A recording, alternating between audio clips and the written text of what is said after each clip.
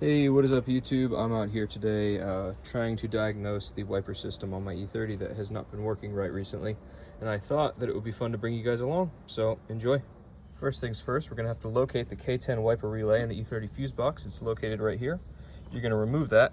Underneath you will see the numbered pins. So to make testing easy, because we're going to use these pin numberings to test some functions of the car, I like to label these in the fuse box to help me when I'm pinning things out, so I don't constantly have to reference this and back. So to do our tests, you're going to want the ignition in the accessory position here. For the first test, we're going to make sure we have power at pin 15 here. And so the pin 15 you can see is this guy. So then you're just going to want to stick your one end of the multimeter into that. You can actually use pin 31 right below it to check for ground. You'll see here we got 12.21 volts, so we've got power going to the wiper relay. The next test that we're going to do is we're going to jump pins 15 and 53 with a small little jumper wire.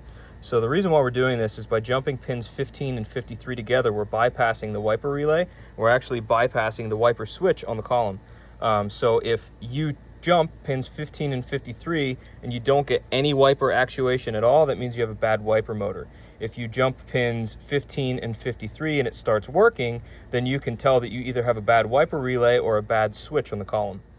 So we're going to go ahead and jump pins 53 and 15, and we can see that we have wiper motor actuation, so this tells us that we either have a bad relay or a bad switch on the column. The next test that we could do is we can jump pin 85 here to pin 31, which is our ground, and what that's going to do is that's going to actuate the washer fluid pump. You can hear it working there. Now to start testing the actual column wiper switch, we're going to put the multimeter in continuity mode. So it'll beep when we've got continuity, so we're going to check continuity between the ground here in the fuse box over here to anywhere on the chassis. So I mean anywhere works really that has a good ground. We're going to test to the strut top, and you can hear that we have a good ground there on pin 31 over here to the chassis. If you don't get continuity between pin 31 and a ground, then you can assume that there is a ground fault going to the fuse box itself. A common ground fault location is underneath the dash at the G100 ground pin, which looks like this. This ground junction up here that you see is our G100 ground. This is one of the locations where the wiper system grounds out. The wiper system also grounds at the front of the column off of the wiper switch. So to further test the wiper switch in the column, we're going to put it all the way up into fast position. We're going to come over here and check pin F2 to ground for continuity with the wiper speed on high on the column switch.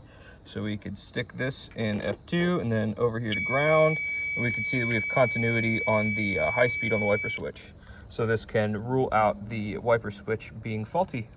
And then to further test the wiper switch, we can put the wiper in low speed mode and check pin F1 here to ground for continuity. You can see we've got continuity there, so we can rule out that the wiper switch is the issue using that test. I hope this helps you guys diagnose your wiper system on your E30. So just as a refresher, we're jumping pin 15 to pin 53 here.